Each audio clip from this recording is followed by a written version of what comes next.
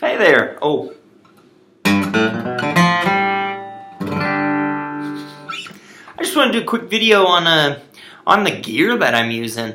For the longest, my pick of choice was a Red Bear, real thick, nasty pick, and for hard driving bluegrass. And then I went to Steve Kaufman conference or whatever, and he was using some little thin, nasty pick, and I just didn't, I wasn't happy with either one of them. And over here in Missoula, Montana, a good friend, Roger Underwood, he makes picks, and this is the one that I'm using.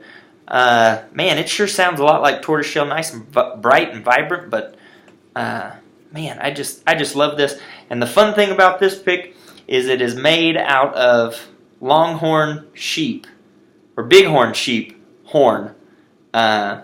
Whoops. So these are really cool, sound phenomenal.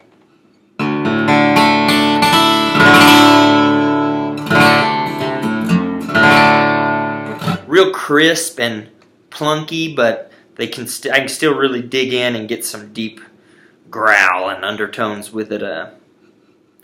$8. I think you can get them off of Greg Boyd's House of Fine Instrument site. Maybe. I'm not positive. But man, I just love them. Handmade here in Missoula, Montana. Great, great picks. And it's cool that I have a bighorn sheep pick. Not many people have that. The next thing that I'm using, right there inside of my guitar, is my tuner from Korg. I just picked this up for my birthday. The RPC1 slips inside the sound hole. Super accurate because the top of the guitar is what's actually doing all the vibrating. And man, it's just so hidden away, and I love it. It was pretty cheap, $25 I think.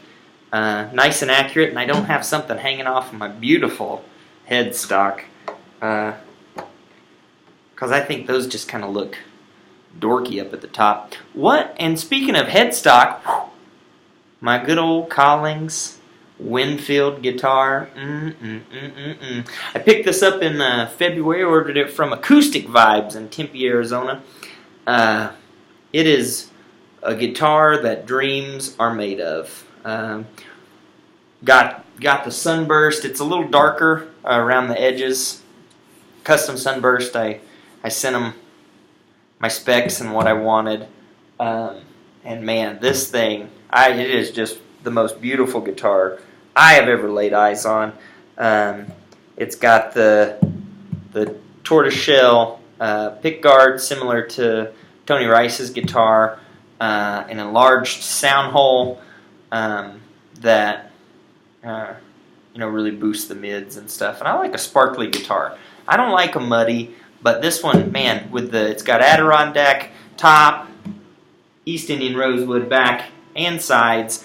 It can get deep and throaty, but it can also, just let those highs ring out. And, I'm pretty particular about what sound I want. And as soon as I played a Collings, man, that was it. I was done, and I got it ordered from them, and it was shipped to the store, to my hands. I'm the first person to play it, and I hope I'm not the last person to play it. I hope it sticks around long after I'm gone. Bigger sound hole, no inlay, 1 3/4 nut.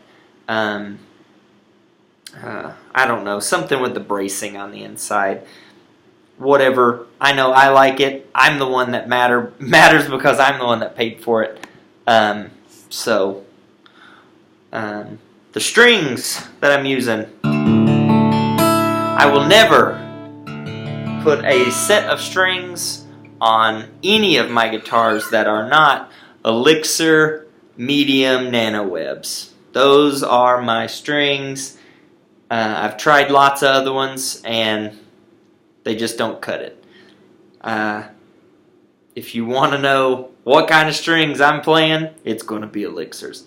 And last but not least, my capo up at the top, this beautiful piece of work an Elliott Elite capo.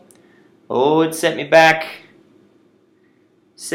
a few bones, but man, it is worth it. It's a thing of beauty. If I'm going to have a nice guitar and play the crap out of it, I want to have a nice capo to go along with it, because I play a lot of bluegrass and capos are important. So that's a rundown of my guitar. Oh, my strap. I made my strap. I don't have it, but it's just a piece of Latigo horse cinch strap that I cut to the right size and drilled a hole in. It's real thick, sturdy stuff. I'll make you one if you want. But that's a rundown of my guitar and my gear and what I'm working with. So there you go.